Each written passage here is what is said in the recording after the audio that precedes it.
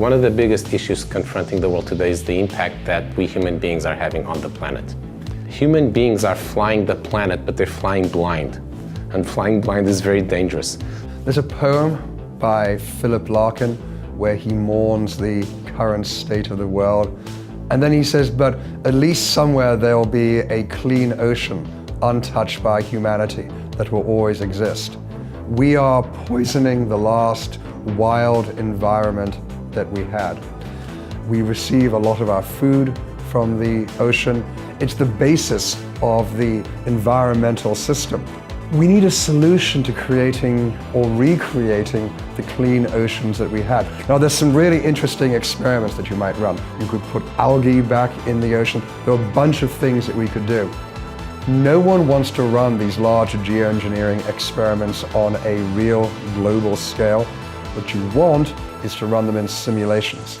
And AIs might do that in a way that you could at least begin to experiment with and gain large public support for. The main problem that we have right now is that we don't understand how these systems work, right? Ecosystems are very complex.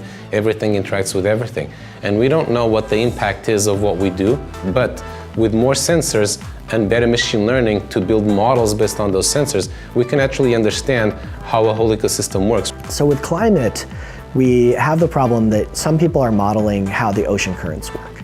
We have other people who are modeling the reflectivity of the ice caps, but we currently don't have a great way to merge all of these independent models together and be able to actually understand it as a global system. So we have more sensors, we have more data, but now we need to use that to have models of how ecosystems function, how different species, down even to individual organisms interact, how the things that we're putting into the atmosphere change the climate, etc., etc. And then we can actually do the following thing, which is we can simulate an ecosystem on a computer, and then we can see what are the impacts of doing different things. And then we can do those things that actually, for example, give us the most gain for what we want while minimally impacting the ecosystem.